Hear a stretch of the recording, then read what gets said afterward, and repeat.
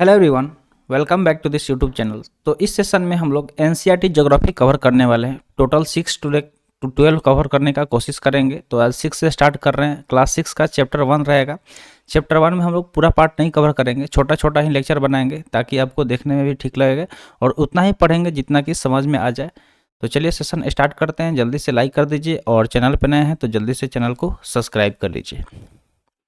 साथ में pen paper भी रखिएगा और जो भी चीज़ें बताई जाएगी अगर लगे आपको कि हाँ इम्पोर्टेंट है या फिर पहली बार सुन रहे हैं तो उसे नोट डाउन जरूर करिएगा। तो चलिए देखते हैं। चैप्टर 1 है the earth in the solar system. तो हमारे चैप्टर का नाम क्या हो गया? तो चैप्टर के यहाँ पे नाम दिया गया है the earth in the solar system. ठीक है, यानी कि जो हमारा अर्थ है वो कहाँ पे? हमारे सोलर सिस्टम का एक पार्ट है। ठीक है, यानी कि सौरमंडल का एक पार्ट है। तो उसके बारे में ही डिस्कस करने वाले हैं। तो यहाँ पे पिक्चर देख सकते हैं। यहाँ पे जो पिक्चर दिखाया गया, किस चीज़ का पिक्चर दिखाया गया? तो ये सोलर सिस्टम का पिक्चर दिखाया गया। किसका? Solar system. ठीक है, ये सोलर सिस्टम का पिक्चर दिखाया गया। सोलर सिस्टम में क्या होता है कि बीच में सन होता है। ठीक है, ये जो हमारा बीच में सन होता है और उसके चारों तरफ जो भी प्लेनेट है वो उसके चारों तरफ चक्कर लगाते हैं। ठीक है, तो चलिए यहाँ से लाइन वाइज हम लोग पढ़ने का कोशिश करेंगे और पढ़ के समझने का भी कोशिश करेंगे। तो सबसे पहले यहाँ पे दिया गया कि how wonderful it is to watch the sky after sunset. तो जैसे ही सनसेट होता है, ठीक है, जब सनसेट होता है यानी कि सूर्य अस्त होता है, तो उसके बाद जब हम लोग आसमान को देखते हैं तो वो कितना वंडरफुल दिखाई देता है, यानी कि अद्भुत दिखाई देता है। ये चीज़ यहाँ पे पूछा गया है कि कितना अद्भुत दिखाई देता है। कब? जब हम लोग सनसेट के बाद आसमान को देखते हैं। One would first notice 1 or 2 bright dot shining in the sky. तो सबसे पहले हम लोग क्या नोटिस करते हैं? सबसे पहले हम लोग देखते हैं आसमान में, नोटिस करते हैं कि एक या दो, ठीक है, एक या दो ब्राइट डॉट चमकते हुए आसमान में। ठीक है, स्काई में यानी कि आसमान में चमकते हुए आपको एक या दो ब्राइट डॉट यानी कि डॉट डॉट करके ब्राइट चमकीला दिखाई देता है।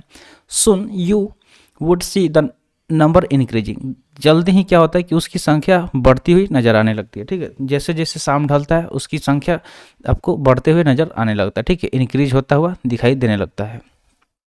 You can not count them any more. उसके बाद इतना ज़्यादा हो जाता है कि हम लोग उसको काउंट नहीं कर सकते। ठीक है, उसको हम लोग can not count any more, उसके बाद से हम लोग उसे काउंट नहीं कर पाते हैं।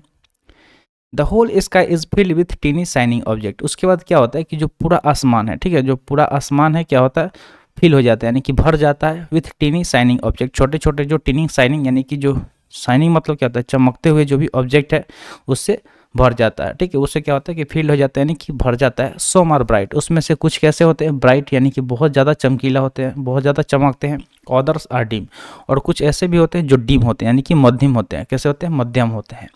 It seem as if the sky is stud with diamonds. तो ऐसा प्रतीत होता है, कैसा प्रतीत होता है कि जो पूरा आसमान है वो हीरो से सजा दिया गया। ठीक है, पूरे हीरो से सजा दिया गया, ऐसा प्रतीत होता है। They all appear to be twinkling. और जो भी वहाँ पे मतलब जो भी ये दिखाई देते हैं छोटे छोटे डॉट, वो क्या होते हैं? ट्विंकलिंग, यानी कि ट्विंकलिंग मतलब क्या होता है? टिमटिमाते हुए नजर आते हैं। ठीक है, they all appear to be twinkling, यानी कि टिमटिमाते हुए दिखाई देते हैं। But if you look at them carefully you will notice that some of them do not twinkle as others do. लेकिन जैसे ही हम उसे केयरफुली यानी कि ध्यानपूर्वक जब हम उसे देखेंगे, ठीक है, ध्यानपूर्वक यानी कि केयरफुली देखेंगे तो हम नोटिस करेंगे। अगर आप उसको देखिएगा तो आप क्या नोटिस करिएगा कि उसमें से कुछ ऐसे भी हैं जो ट्विंकल नहीं करते, जैसे कि और भी जो ट्विंकल कर रहे हैं उस तरह से वो ट्विंकल नहीं करते, यानी कि टिमटिमाते नहीं हैं। दे सिंपली ग्लो। और वो सिंपल एकदम ग्लो करते हैं। ठीक है, क्या करते हैं? ग्लो करते हैं विदाउट एनी फ्लिकर, बिना किसी फ्लिकर के। ठीक है, फ्लिकर मतलब क्या होता है? जैसे मान लीजिए कि लाइट को आप बार बार स्विच ऑन ऑफ करते हैं, ऑन ऑफ करेंगे तो वो क्या हो गया? फ्लिकरिंग हो गया। ठीक है, तो बिना किसी फ्लिकर का सिंपली ग्लो करता हुआ दिखाई देगा। Just as the moon shines. जैसे कि मून को अगर आप देखते हैं आसमान में, यानी कि जो चंद्रमा होता है उसको चमकते हुए देखते हैं, उस तरह से ये भी दिखाई देगा। ठीक है, उसी तरह से ये भी दिखाई देगा। ठीक है, जिस तरह से मून चमकता हुआ दिखाई देता है उसी तरह से ये भी मतलब दिखाई देंगे। कौन से? तो जो कुछ मतलब स्टार्स हैं जो उस तरह से नजर आएंगे आसमान में। ठीक है,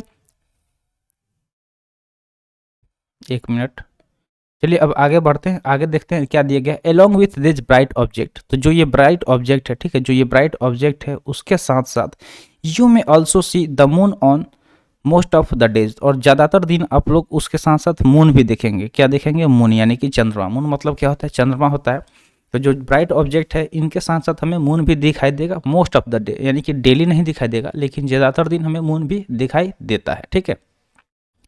you may also see the moon on the most of the it may however appear at different time in different shapes and at different position. तो हम लोग ये चीज़ मतलब जब देखेंगे मून को तो अगर अलग अलग दिन देखेंगे तो अलग अलग शेप में दिखाई देगा, ठीक है। अलग अलग दिन पे अलग अलग शेप में दिखाई देगा और अलग अलग उसका पोजीशन भी दिखाई देता है। जैसे मून का हम लोग देखते हैं पोजीशन तो वो चेंज होता रहता है, क्या होता है, चेंज होता रहता है। तो मून का पोजीशन, उसका शेप, सब कुछ चेंज होता रहता है समय के साथ साथ, ठीक है। तो अगर मान लीजिए आप आज मून को देखें फिर 2 दिन बाद देखिएगा तो उसके शेप में और जो उसका पोजीशन है उसमें भी आपको अंतर देखने को मिलेगा। You can see the full moon only once in about a month's time. तो पूरे महीना में एक बार आपको फुल मून देखने को मिलेगा, यानी कि पूरे अगर चांद की बात करें अपने पूरे रूप में कब दिखाई देगा तो महीना में एक बार दिखाई देता है। It is full moon night और पूर्णिमा, तो जिसे हम लोग क्या बोलते हैं, फुल मून नाइट के नाम से जानते हैं, ठीक है। फुल मून नाइट के नाम से जानते हैं, किस नाम से जानते हैं, तो it is full moon night या पूर्णिमा भी उसको बोलते हैं, ठीक है। पूर्णिमा यानी कि जो अपने पूर्ण रूप में हो, पूरे रूप में हो, या फिर फुल मून बोलते हैं, ठीक है, जो पूरा रूप में दिखाई दे, ठीक है, जो पूरा रूप में दिखाई दे, ठीक है। तो इतना चीज़ समझ में आ गया होगा कि जो चंद्रमा अपने पूरा रूप में दिखाई देता है उसको पूर्णिमा बोलते हैं या फिर उसको इंग्लिश में फुल मून नाइट भी बोलते हैं।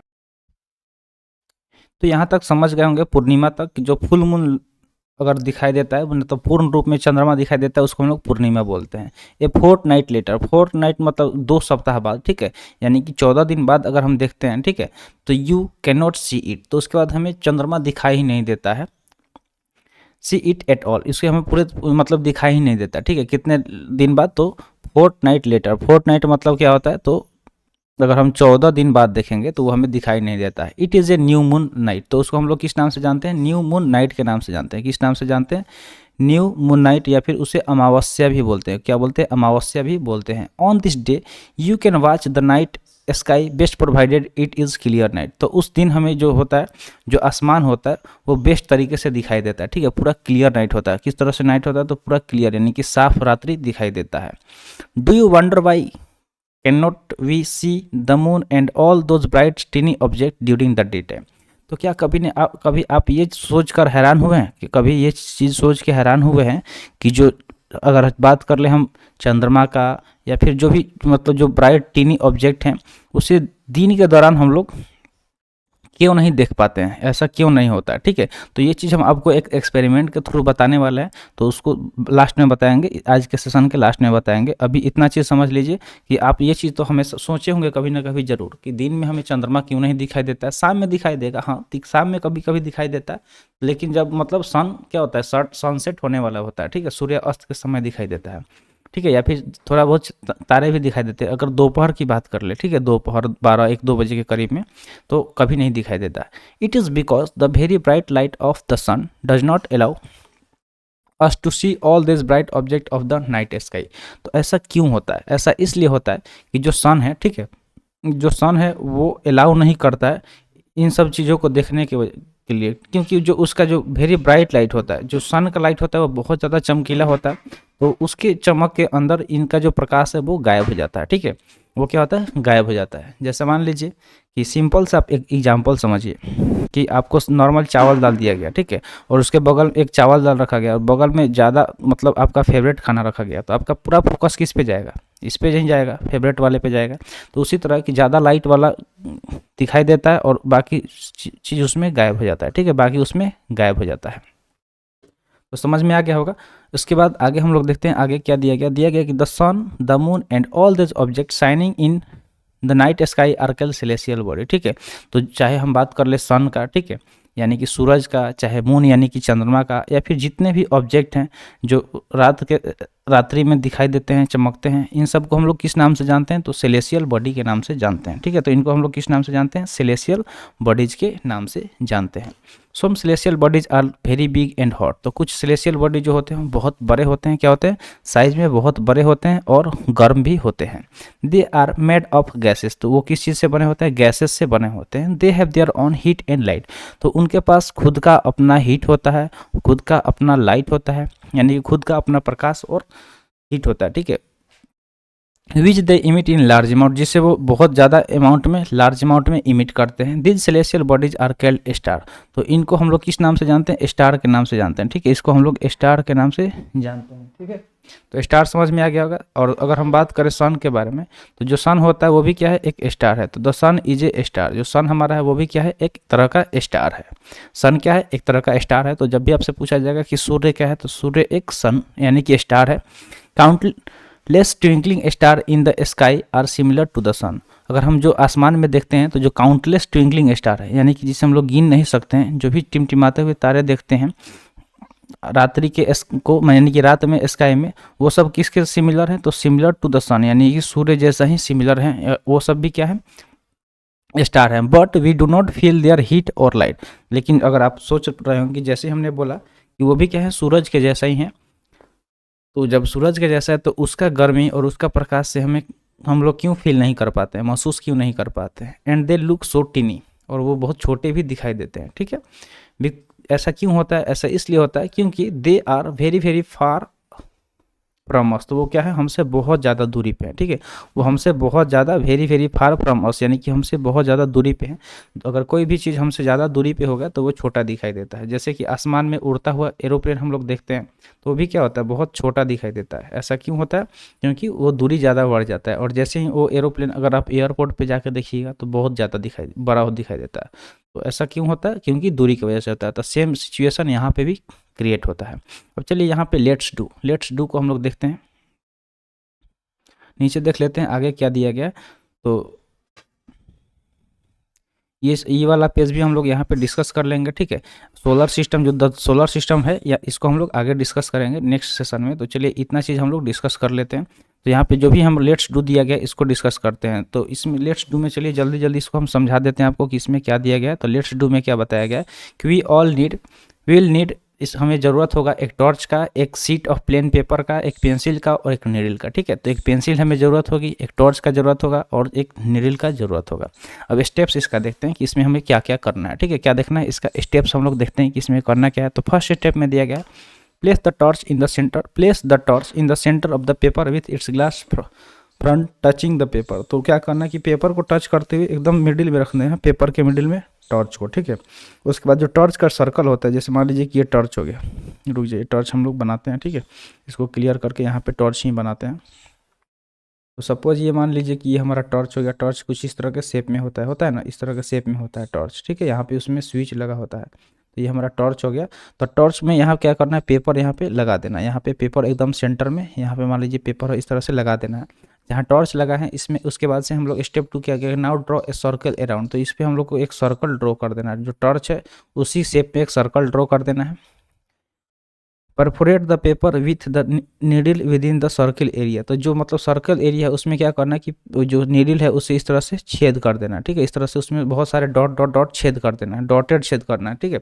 एक बार डालना है, निकालना है। इस तरह से क्या होगा कि उसमें इस तरह से डॉट डॉट डॉट छेद हो जाएगा बहुत सारा, ठीक है। तो ये काम हमें करना है थर्ड स्टेप में। फर्स्ट सेकेंड थर्ड स्टेप हो गया। फोर्थ में क्या करना है? Now place the perforated circle part of the paper on the glass front and wrap the paper around the torch with rubber band. तो रबर के सहायता से इस पेपर को इसमें लपेट देना है ताकि ये जो सर्कल हम लोग काटे हैं एकदम उस मतलब टॉर्च के फ्रंट पे ही रहे, ठीक है। इस तरह से उसको लगा देना है।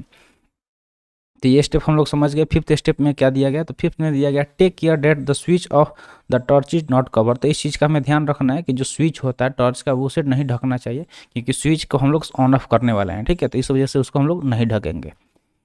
इन ए डार्क रूम, उसके बाद से हम लोग एक अंधेरे रूम में जाएंगे। स्टैंड एट सम डिस्टेंस, थोड़ा सा दूरी पे खड़ा हो जाएंगे। किससे? तो फेसिंग ए प्लेन वॉल। तो एक प्लेन वॉल से थोड़ा सा दूरी पे हम लोग खड़ा हो जाएंगे। Switch off all other light, और जो भी घर में लाइट होगा उसको हम लोग क्या कर देंगे? बंद कर देंगे। क्या कर देंगे? बंद कर देंगे, यानी कि कमरा बिल्कुल अंधेरा होना चाहिए। Now flash the torch light on the wall. उसके बाद से क्या करेंगे कि जो टॉर्च है उसका फ्लैश ऑन करेंगे, किस पे? दीवार की तरफ फेस करके। You will see numerous dots of light on the wall. उसके बाद क्या होगा कि हमें जो छोटे छोटे डॉट बनाए थे उस कागज़ पे, उसके सहायता से हमें न्यूमरस डॉट उस वॉल पे, यानी कि उस प्लेन वॉल पे दिखाई देना शुरू हो जाएगा, ठीक है। Like star shine in the night, जिस तरह से आसमान में रात में तारे चमकते हैं उस तरह से उस दीवार पे छोटे छोटे डॉट में लाइट हमें दिखाई देना शुरू हो जाएंगे। उसके बाद आगे क्या करना है, अगले स्टेप में switch on all the lights in the room, और रूम में जितने भी लाइट्स हैं उसको हमें धीरे धीरे स्विच ऑन शुरू कर देना है। All dots of light will almost visible, तो उसके बाद क्या होगा कि जो भी डॉट्स है धीरे धीरे क्या हो जाएगा, इनविजिबल हो जाएगा। ठीक है, क्या हो जाएगा, इनविजिबल, यानी कि गायब हो जाएगा। तो इसमें क्या दिया गया कि as you may now compare the situation, तो इस तरह से हम लोग इस सिचुएशन का कंपेयर करेंगे with what happen to the bright object of the night sky after the sun rises in the morning. तो ये सेम चीज़ होता है हमारे जो भी स्टार्स और मून है उसके साथ जब सूरज निकलता है। ठीक है, तो जिस तरह से घर का लाइट जलाए तो छोटे छोटे डॉट गायब हो गए, उसके उजाले में ये भी गायब हो गए, तो उसी तरह से ये भी क्या होता है कि जो भी स्टार्स है और मून है तो उसका प्रकाश सूरज के प्रकाश में गायब हो जाता है। ऐसा नहीं होता कि हमारा स्टार्स है वो गायब हो जाता है और सन जो मून है वो गायब हो जाता है, ऐसा नहीं होता। ठीक है, तो चलिए यहाँ पे आगे क्या दिया गया, यहाँ पे दिया गया है You must have noticed that all object looks smaller when we seen from A distance. तो आपने हमेशा नोटिस किया होगा कि जब भी किसी चीज़ को हम लोग दूर से देखते हैं, ठीक है, दूरी से देखते हैं तो वो क्या होता है, स्मॉलर दिखाई देता है। कैसा दिखाई देता है, स्मॉलर दिखाई देता है। How small an aeroplane looks when it is flying in a great height, जब वो बहुत ऊंचाई पे उड़ता हुआ प्लेन को हम लोग देखते हैं तो भी क्या होता है, बहुत ज़्यादा छोटा दिखाई देता है। ठीक है, तो ये चीज़ हम अभी बताए थे थोड़ा देर पहले। तो सेम इसी तरह स्टार्स हैं, जो चंद्रमा है, सूरज है, सब चीज़ हमें छोटा दिखाई देता है क्योंकि वो बहुत ज़्यादा दूरी पे है हमसे। अब आगे चलिए बढ़ते हैं, आगे यहाँ पे क्या दिया गया है, तो दिया गया है कि while watching the night sky, जब हम लोग नाइट स्काई को देखते हैं यानी कि रात के जो आसमान को देखते हैं, किसको, नाइट स्काई को, यू में notice various pattern form by different group of star. तो हम लोग ये नोटिस करते हैं कि जो स्टार है उसके ग्रुप द्वारा बहुत तरह का पैटर्न बना हुआ दिखाई देता है। ठीक है, जैसे कि यहाँ पे फिगर में आप लोग देख पा रहे होंगे, जो फिगर यहाँ पे दिखाया गया इसमें पैटर्न आपको दिख रहा होगा स्टार का। यहाँ पे लाइन से तीन स्टार दिया गया। ठीक है, यहाँ पे 1 है, 2 है, 3 है, ये है, फिर यहाँ पे आपको दिख रहा होगा। ठीक है, एक ये क्या कर रहा है, एक पैटर्न बनाया हुआ है। पैटर्न किस तरह से बनाया है, तो इस तरह से बनाया हुआ है। ठीक है, तो ये सब क्या है, पैटर्न है, ग्रुप ऑफ स्टार का पैटर्न है, जिसे हम लोग किस नाम से जानते हैं, तो कॉन्स्टलेशन के नाम से जानते हैं। किस नाम से जानते हैं, कॉन्स्टलेशन के नाम से जानते हैं। अब यहाँ दिया गया कि उर्सा मेजर, ठीक है, उर्सा मेजर और बिग बियर, जो उर्सा मेजर हो गया और Big Bear is one such constellation, तो उनमें से ये क्या है, एक कॉन्स्टलेशन है। ठीक है, जो उर्सा मेजर हो गया और बिग बियर ये क्या है, कॉन्स्टलेशन है। One of the most easily recognizable constellation is the Saptarishi. तो यहाँ पे सबसे आसानी से पहचानने वाला कॉन्स्टलेशन कौन सा है, जिससे हम लोग रात्रि में आसानी से उसे आइडेंटिफाई कर सकते हैं, पहचान सकते हैं, तो उसका नाम है सप्तऋषि। क्या नाम है, सप्तऋषि। सप्त मतलब 7 होता है और ऋषि से मतलब सेजज होता है। ठीक है, तो सप्तऋषि का मीनिंग यहाँ पे दिया गया कि सप्त मतलब 7, संस्कृत में सप्त मतलब 7 होता है, ऋषि मतलब सेजज होता है। ठीक है, तो यहाँ पे दिया गया कि it is A group of 7 star. तो जो सप्तऋषि है वो क्या है, ग्रुप है, किसका ग्रुप है, तो 7 स्टार का, यानी कि 7 तारों का वो क्या है, एक ग्रुप है। ठीक है, क्या है, ग्रुप है, जो कि हम लोग फिगर 1.1 में यहाँ पे देख पा रहे होंगे। ठीक है, यहाँ पे आप लोग देख पा रहे होंगे जो स्टार बना गया है। ठीक है, तो ये क्या है, ग्रुप है। ठीक है, ये क्या है, ग्रुप है, किसका ग्रुप है, तो 7 स्टार का, जो कि यहाँ पे हम लोग देख पा रहे होंगे। ठीक है, चलिए आगे अब हम लोग डिस्कस करते हैं। तो आगे इसमें क्या दिया गया है, that form a part of Ursa Major constellation. तो जो क्या करता है, फॉर्म करता है, किसका पार्ट फॉर्म करता है, तो उर्सा मेजर का। ठीक है, वो क्या करता है, उर्सा मेजर कॉन्स्टलेशन का फॉर्म को तैयार करता है। ठीक है, डेड फॉर्म मतलब निर्माण करता है, किसका पार्ट, तो उर्सा मेजर कॉन्स्टलेशन का। Ask someone elder in your family और neighbourhood to show you more star. तो आप अपने घर में किसी बड़े से या अपने आसपास के किसी बड़े से बोल सकते हैं कि हमें बहुत ज़्यादा स्टार को दिखाना है, दिखाइए। ठीक है, planets in constellation in the sky, तो हमें आसमान में बहुत ज़्यादा तारे को देखना है। ठीक है, बहुत ज़्यादा तारे को देखना है, प्लैनेट्स को देखना है, और जो भी कॉन्स्टलेशन है उसे आसमान में हमें देखना है। ठीक है, जो भी प्लैनेट्स यानी कि ग्रह है इनको क्या करना है, आसमान में देखना है। तो बोलिएगा, ठीक है, किस में, अपने घर के बड़ों को, अगर आप छोटे हैं तो, बड़े हैं तो आप देखे ही होंगे। ठीक है, तो आप देख सकते हैं आसमान में रात्रि के समय जाके। अब यहाँ पे दिया गया है इन एंशियंट टाइम, क्या दिया गया, in ancient time people use to determine direction during the night with the help of star. तो अगर हम पुराने ज़माने की बात करें तो पुराने ज़माने में जो भी लोग थे वो डायरेक्शन यानी कि दिशा का पता लगाते थे रात्रि के समय, किसके सहायता से, तो स्टार के सहायता से, यानी कि जो स्टार है उसका हेल्प लेके लोग दिशा का पता करते थे। ठीक है, the north star indicate the north direction. तो नॉर्थ स्टार एक था, ठीक है, कौन सा स्टार, नॉर्थ स्टार, जो कि नॉर्थ डायरेक्शन को इंडिकेट करता था। किस डायरेक्शन को इंडिकेट करता है, तो नॉर्थ डायरेक्शन को इंडिकेट करता है। आपको एक नॉर्थ स्टार देखने को मिलेगा। It is also called the pole star, जिसे हम लोग पोल स्टार के नाम से भी जानते हैं, ठीक है। इसको हम लोग और भी नाम से जानते हैं, किस नाम से, तो पोल स्टार के नाम से। कौन से नाम से, तो पोल स्टार के नाम से जानते हैं। तो यहाँ पे इसे मार्क कर दिए हैं कि जो नॉर्थ स्टार है उसको वो क्या करता है, नॉर्थ डायरेक्शन को इंडिकेट करता है, जिससे हम लोग पोल स्टार के नाम से भी जानते हैं। It always remain in the same position in the sky. अगर हम इसके पोजिशन की बात करें तो हमेशा सेम होता है, सेम पोजिशन होता है। इसका पोजिशन आसमान में हमेशा क्या होता है, सेम होता है। We can locate the position of the pole star with the help of the Saptarishi. अगर हम इसके पोजिशन की बात करें तो इसे हम लोग लोकेट कर सकते हैं। किसके सहायता से लोकेट कर सकते हैं, तो जो सप्तऋषि है ना उसके सहायता से। जो सप्तऋषि है, सप्तऋषि क्या है, कॉन्स्टलेशन है, जिसके सहायता से हम लोग पोल स्टार को लोकेट कर सकते हैं। Look at figure 1.1। तो यहाँ पे फिगर 1.1 दिया गया, ठीक है। फिगर कौन सा, 1.1 दिया गया, उसको देखते हैं। You will notice that if an imaginary line is drawn joining the pointer star and extended further it will point to the pole star. तो चलिए फिगर देख के समझने का कोशिश करते हैं, ठीक है।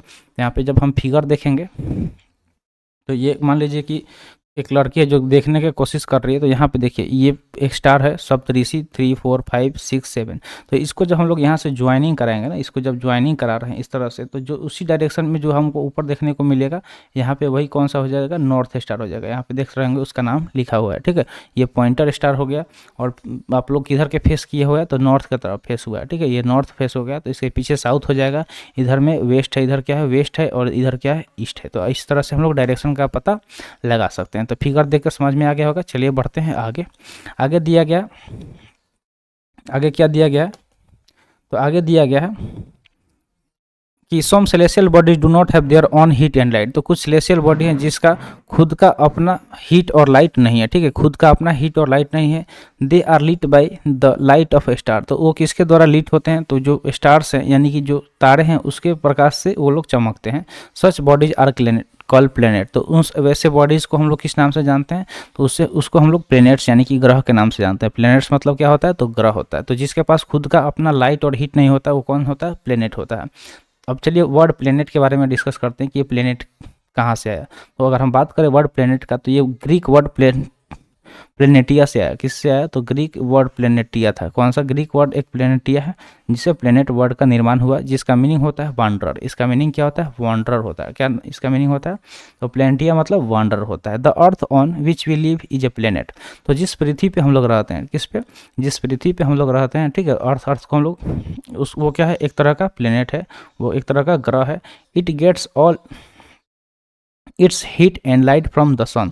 तो अगर हम बात करें पृथ्वी के बारे में, तो पृथ्वी अपना प्रकाश और हीट किससे लेता है, तो वो सन से लेता है। किससे लेता है, तो सन से लेता है। यानी कि पृथ्वी को हीट और लाइट कौन देता है, तो सूरज देता है। Which is our nearest star, जो कि हमारा सबसे नज़दीकी तारा है, ठीक है। जो कि हमारा सबसे नज़दीकी तारा है। तो हमारा सबसे नज़दीकी तारा अगर पूछ लिया जाए कौन सा है, तो आपको कौन सा याद रखना है, कि सन को याद रखना है। किसको याद रखना है, सन को याद रखना है, ठीक है। आगे देख लेते हैं, 2-4 लाइन और बचा हुआ है, तो जल्दी से वीडियो को लाइक कर दीजिए और चैनल पर नए हैं तो सब्सक्राइब कर लीजिएगा। अब इसको डिस्कस करके फिर हम लोग आगे के सेशन में अगला लेक्चर बनाएंगे, ठीक है। तो यहाँ पे दिया गया कि if we look at the earth from a great distance. जब हम लोग अर्थ को देखेंगे बहुत दूरी से, तो से the moon it will appear be shining just as the moon. मान लीजिए कि हम लोग अगर मून से देखते हैं पृथ्वी को, ठीक है, कहाँ से, मून से देखते हैं, तो ये भी मून जैसा ही चमकता हुआ दिखाई देगा। जिस तरह से हम लोग को मून दिखाई देता है ना, पृथ्वी पर से मून यानी कि चंद्रमा दिखाई देता है, उसी तरह से चंद्रमा पर से देखेंगे तो पृथ्वी भी सेम तरीका से दिखाई देगा जिस तरह से मून दिखाई देता है। उसके बाद आगे दिया गया, the moon that we see in the sky is a satellite. जो चंद्रमा है जिसे हम लोग रात्रि में देखते हैं या फिर शाम को देखते हैं, तो वो क्या है, एक तरह का सैटेलाइट है। क्या है, सैटेलाइट है। आगे हम लोग डिस्कस करेंगे कि सैटेलाइट और प्लेनेट में क्या अंतर होता है, उसको हम लोग अच्छे से डिस्कस करेंगे, ठीक है। तो आगे दिया गया कि it is a companion of our earth and move around it. तो ये क्या है, हमारे अर्थ का कॉम्पेनियन है। मान लीजिए कि ये जो हमारा पृथ्वी है उसका एक साथी है, ठीक है, जो क्या करता है, इसके चारों तरफ चक्कर लगाता है। कौन चीज़, तो जो मून होता है वो क्या करता है, पृथ्वी के चारों तरफ चक्कर लगाता है। Like our earth there are 7 other planets that get heat and light from the sun. तो जिस तरह हमारा पृथ्वी है, ठीक है, जिस तरह से हमारा पृथ्वी है उसी तरह से और भी 7 ग्रह हैं, ठीक है, 7 अदर प्लैनेट्स, जो क्या करते हैं, हीट और लाइट लेते हैं। क्या लेते हैं, हीट और लाइट किससे लेते हैं, तो सन से लेते हैं, ठीक है। Some of them have their moons too. और उन कुछ तो ऐसे हैं जिनके पास खुद का अपना चंद्रमा भी होता है। क्या होता है? खुद का अपना चंद्रमा भी होता है। तो आई होप आपको आज के लिए इतना है, ठीक है। जो चीज़ बताई गई होगी समझ में आ गया होगा। तो मिलते हैं फिर अगले वीडियो में। अगला वीडियो हमारा क्या होगा? तो अगला वीडियो में हम लोग सोलर सिस्टम के बारे में डिस्कस करेंगे। तो आप कोशिश करिएगा थोड़ा सा खुद से सोलर सिस्टम के बारे में पढ़ के आने के लिए। बाकी यहाँ पे जो भी चीज़ है डिटेल में बताया जाएगा। तो मिलते हैं फिर अगले वीडियो में। Thanks for watching. जय हिंद।